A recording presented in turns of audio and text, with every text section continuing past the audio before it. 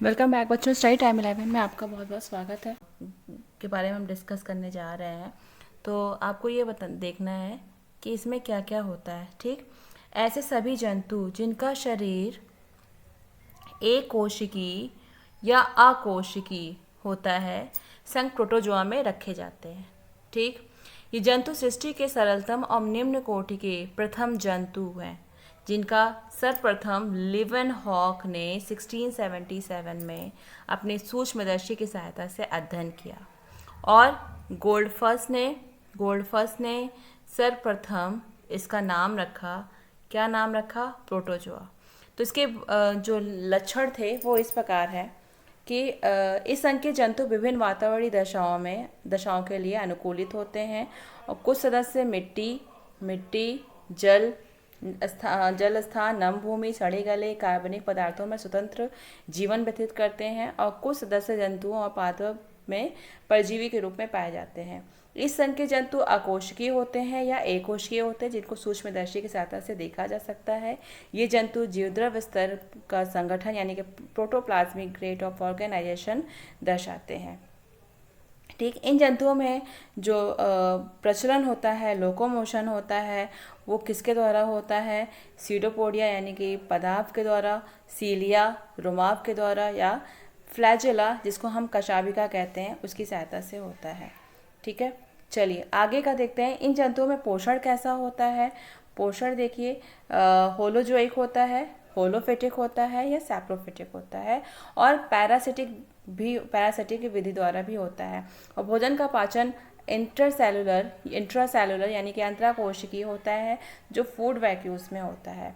श्वसन कैसा होता है? रिस्पिरेशन और उत्सर्जन शरीर की सतह से डिफ्यूजन के द्वारा होता है। जंतु के शरीर में आवश्यकता से अधिक जल की मात्रा को नियंत्रित करने के लिए, ऑस्मो रेगुलेशन के लिए संकुचनशील रिक्तिकाएं होती हैं जिनको हम कॉन्ट्रेक्टाइल वैक्यूल्स कहते हैं। ये जंतु सर्वव्यापी वितरण यानी कॉस्मोपॉलिटन डिस्ट्रीब्यूशन होते हैं, सभी जगह पाए जाते हैं। इन जंतुओं में प्रजनन लैंगिक या अलैंगिक विधि द्वारा होता है। अनुकूल परिस्थितियों में जंतु प्रायः अलैंगिक विधि से प्रजनन करते हैं, जबकि प्रतिकूल परिस्थिति में इनमें प्रजनन विधि लैंगिक विधि द्वारा होता है। प्रतिकूल परिस्थितियों में जीवन की सुरक्षा के लिए इन जंतुओं में परिकोष्ठन यानी कि इंसिस्टमेंट पाया जाता है।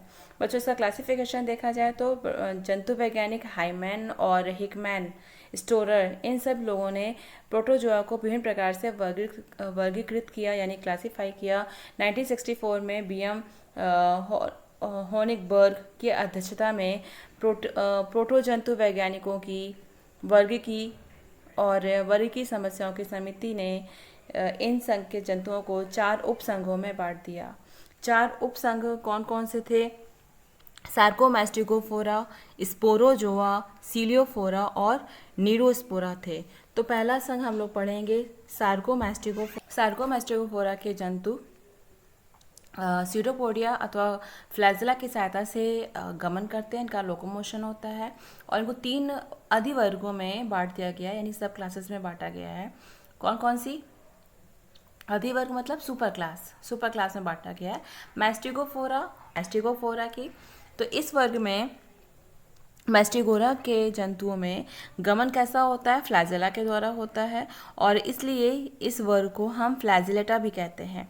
ये जंतु सरल और प्राइमिटिव हैं जिनके शरीर के ऊपर पेलिकल देखने को मिलता है। इन जंतुओं में जो पोषण होगा वो ऑटोट्रॉफिक होगा या फिर हेटरोट्रॉफिक, दोनों विधि द्वारा होता है, यानी कि स्वपोषी भी होते हैं और विषमपोषी भी होते हैं। इनको 2 भागों में बांट दिया गया है। कौन कौन से 2 भाग हैं ये देखिए आप। पहला है क्लास फाइटोमैस्टिकोफोरा और दूसरा है जूमैस्टिकोफोरा। ठीक, अच्छा, जो ये फाइटोमैस्टिकोफोरा में आप देखेंगे कि इन जंतुओं में जो क्लोरोफिल होता है, ठीक, इस वर्ग के जंतुओं में क्लोरोफिल पाया जाता है जिसके कारण ये प्रकाश संश्लेषण क्रिया द्वारा अपना भोजन बनाने में सक्षम होते हैं। इन जंतुओं में गमन के लिए 1 या 2 कशाभिकाएं होती हैं जैसे कि क्रिप्टोमोनास, यूग्लिना, क्लाइडोमोनास। अब हम बात करेंगे दूसरा वर्ग जो है क्लास जूमैस्टिकोफोरा में देखेंगे आप कि इस वर्ग के अधिकांश जंतु परजीवी होते हैं जो प्रायः होलोजोइक या फिर सैप्रोजोइक प्रकार का पोषण दर्शाते हैं। इन जंतुओं में भोजन का संचय ग्लाइकोजन के रूप में होता है। जंतुओं में गमन के लिए एक या एक से अधिक कशाभिकाएं होती हैं।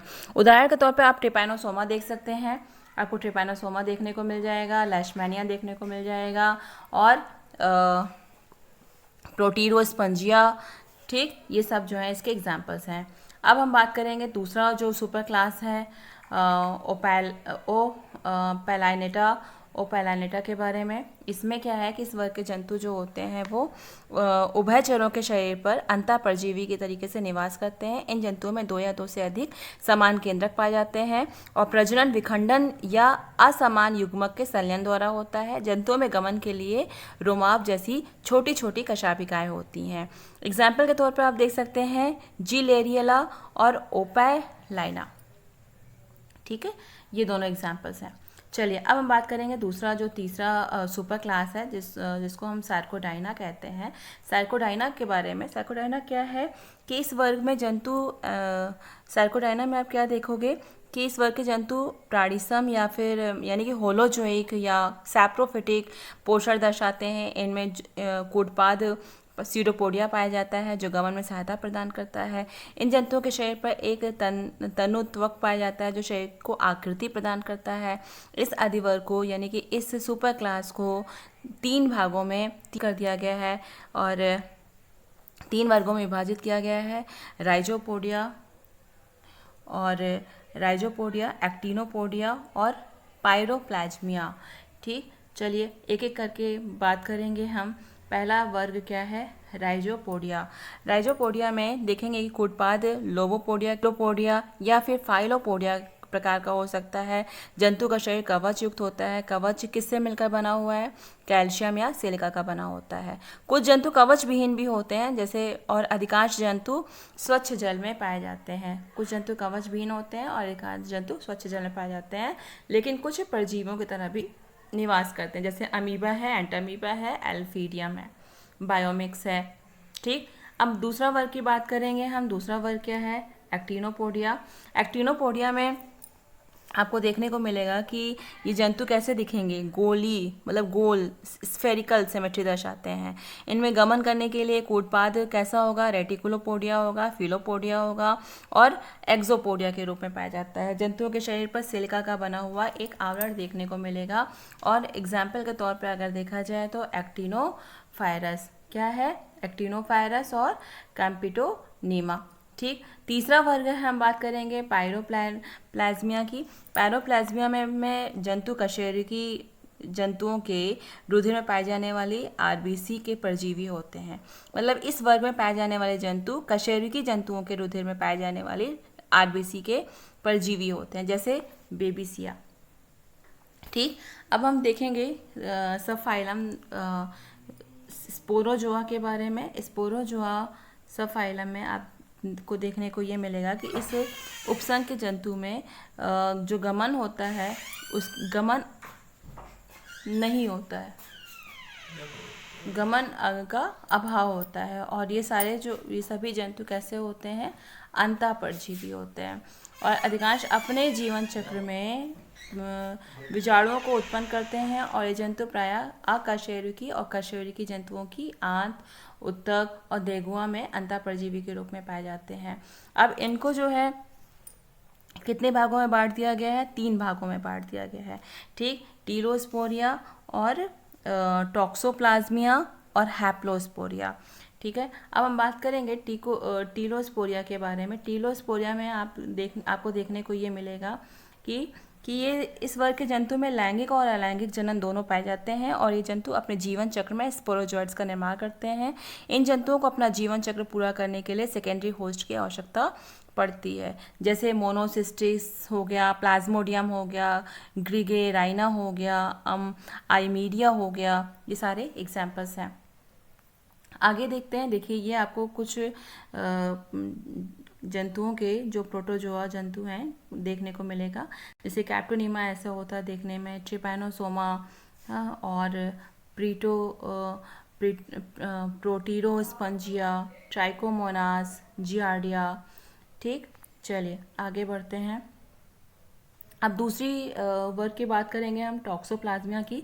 तो इस वर्ग के जंतुओं में लैंगिक जनन नहीं पाया जाता है और इनके जीवन चक्र केवल एक ही पोषक में यानी कि एक ही होस्ट में पूरा हो जाता है और इन जंतुओं में स्पोर्स का निर्माण नहीं होता है और ये अलैंगिक जनन करते हैं, जैसे कि टॉक्सोप्लाज्मा। तीसरा वर्ग है हैप्लोस्पोरिया। इस वर्ग के जंतु कशेरुकी और अकशेरुकी दोनों पर परजीवी के रूप में पाए जाते हैं। इन जंतुओं में स्पोर्स का निर्माण होता है और ये अलैंगिक जनन विखंडन द्वारा करते हैं। इनका ये अलैंगिक जनन विखंडन द्वारा करते हैं और जैसे कि हैलोस्पोरिडियम। ठीक, अब तीसरे उपसंघ की बात करेंगे सीलियोफोरा। सीलियोफोरा में आप देखोगे इस संघ के जंतु में गमन के लिए शरीर की सतह पर सीलिया पाया जाता है, इसलिए इसको सीलियोफोरा कहा जाता है। इस उपसंघ के जंतुओं में दो प्रकार के केंद्रक पाए जाते हैं, जिसको हम बोलते हैं मैक्रोन्यूक्लियस और दूसरा होता है माइक्रोन्यूक्लियस। ठीक, अब जो मैक्रोन्यूक्लियस होता है यानी कि गुरु केंद्रक शरीर की दैहिक क्रियाओं को और माइक्रोन्यूक्लियस होता है वो जननिक क्रियाओं को नियंत्रित करता है। इस उपसंघ में वर्ग सीलिएटा आता है। कौन सा वर्ग आता है? सीलिएटा आता है। सीलिएटा के वर्ग में हम बात करेंगे तो इस वर्ग के अंतर्गत ऐसे प्रोटोजोआ जंतुओं को रखा गया है जिनमें गमन किसकी सहायता से होता है? सीलिया की सहायता से होता है। इस वर्ग के जंतु स्वच्छ या समुद्री होते हैं जो सहभोजिता या फिर परजीविता दर्शाते हैं और परजीवी सीलिएटा जंतु अपना जीवन चक्र 2 या 2 से अधिक पोषकों में पूरा करते हैं। ठीक है, जैसे एग्जाम्पल के तौर पर देख लीजिए पैरामेशियम, बैलेंटीडियम, वर्टिसिला एट्सेट्रा। अब बात करेंगे सफायरम नीडोस्पोरा की। नीडोस्पोरा में आप देखेंगे कि नीडोस्पोरा में आपको देखने को मिलेगा कि निम्न स्तर की कशेरुकी जैसे कि मत्स्य है, उभयचर है, सरीसृप वर्ग है या फिर ऑर्थोपोडा इस सब के जंतु के शरीर पर पाए जाने वाले अंतःपरजीवी इस उपसंघ में रखे गए हैं। दो भागों में बांटा गया है इसको, एक वर्ग मिक्सोस्पोरिडिया और दूसरा है वर्ग माइक्रोस्पोरिडिया। मिक्सोस्पोरिडिया में आपको देखने को मिलेगा कि इस वर्ग के जंतु अपने जीवन चक्र में बीजाणुओं को उत्पन्न करते हैं और बीजाणु आकार में बड़े और असंख्य केंद्रक वाले होते हैं। ठीक, जैसे मिक्सोबोल्स हो गया, एग्जाम्पल के तौर पर मिक्सोबोल्स हो गया, मिक्सीडियम हो गया और दूसरा वर्ग है माइक्रोस्पोरिडियम। इसमें जंतुओं के बीजाणुओं में केवल एक ही केंद्रक पाया जाता है और बीजाणु एक ही केंद्रक पाया जाता है, एक कपाट युक्त होते हैं जैसे कि नौसेमा। ठीक है, नौसेमा। अब देखिए, अब बात करेंगे हम किसकी? प्रोटोजोआ संघ के महत्वपूर्ण जंतुओं के बारे में। तो आते हैं यूग्लिना आता है, लैशमीनिया आता है, एंटामीबा हिस्टोलिटिका आता है। तो पहले बात करेंगे हम यूग्लिना की। यूग्लिना जो होता है वो कैसा होता है? यूग्लिना स्ट्रक्चर में आपको ऐसे ही देखने को मिलेगा और यूग्लिना एकल कशापित और क्लोरोफिल युक्त हरा प्रोटोजोआ होता है जो जंतु और पादपों के मध्य एक कनेक्टिव लिंक का काम करता है। ठीक, और यह सूर्य के प्रकाश की उपस्थिति में स्वपोषी होता है और प्रकाश की अनुपस्थिति में विषमपोषी की तरह काम करता है। यूग्लिना विश्वव्यापी होता है, सब जगह पाया जाता है। स्वच्छ जल के तालाब, पोखर, झील, मंद गति से बहते हुए जल में पाया जाता है।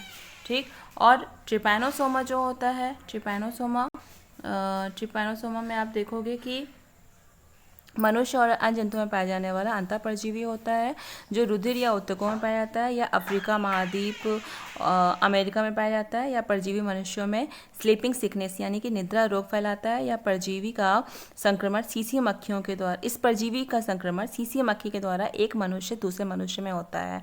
निद्रा रोग ट्रिपैनोसोमा गैबियंस और ट्रिपैनोसोमा रोडिसियंस के द्वारा फैलता है। ठीक, अब बात करेंगे हम लेशमीनिया की। लेशमीनिया भी रोग उत्पादक होता है और क्या है? पैथोजेनिक है यानी कि रोग उत्पादक अंतःपरजीवी है जो मनुष्य, पशु, घोड़े इत्यादि में गंभीर रोग लेशमेनियासिस के लिए उत्तरदायी होता है। मनुष्यों में संक्रमण लेशमेनिया डोनावेनी के द्वारा फैलता है। यह जाति मनुष्यों में कालाजार रोग फैलाती है। यह डाइजेनेटिक पैरासाइट होती है। पहला जो है इसका पोषद यानी कि पहला पोषद क्या है? मनुष्य और दूसरा पोषद है इसका सैंड मक्खी, सैंड फ्लाई। और यह विश्वव्यापी दर्शाती है, सब जगह पाई जाती है। भारत में पश्चिम बंगाल, असम, बिहार और उड़ीसा में पाई जाती है। ठीक, अब देखेंगे आप एंटामीबा हिस्टोलिटिका के बारे में। तो एंटामीबा हिस्टोलिटिका जो है वो मनुष्य के बड़ी आंत में पाया जाता है, संक्रमित भोज्य पदार्थ और दूषित जल के द्वारा फैलता है या मोनोजेनेटिक होता है। ठीक, अब देखेंगे आप प्लाज्मोडियम के बारे में। प्लाज्मोडियम में आपको देखने को ये मिलेगा कि यह द्विपोषिधी अंतःपरजीवी होता है या मलेरिया परजीवी के नाम से जाना जाता है। प्लाज्मोडियम ट्रॉपिकल यानी उष्णकटिबंधीय समशीतोष्णकटिबंधीय क्षेत्रों में पाया जाने वाला अंतःपरजीवी है, जिसका प्राथमिक पोषक मनुष्य होता है और अन्य कशेरुकी जंतु, और द्वितीय पोषक क्या होते हैं, मच्छरों की विभिन्न प्रजाति। प्लाज्मोडियम की प्रमुख जातियाँ कौन कौन सी हैं? प्लाज्मोडियम वाइवेक्स है, प्लाज्मोडियम मलेरी है, और प्लाज्मोडियम फैल्सीपेरा है, प्लाज्मोडियम ओवेल है, जो मनुष्य में विभिन्न प्रकार का ज्वर उत्पन्न करती है। तो ये था प्रोटोजोआ। नेक्स्ट हम पढ़ाएंगे पोरीफेरा। Thank you class.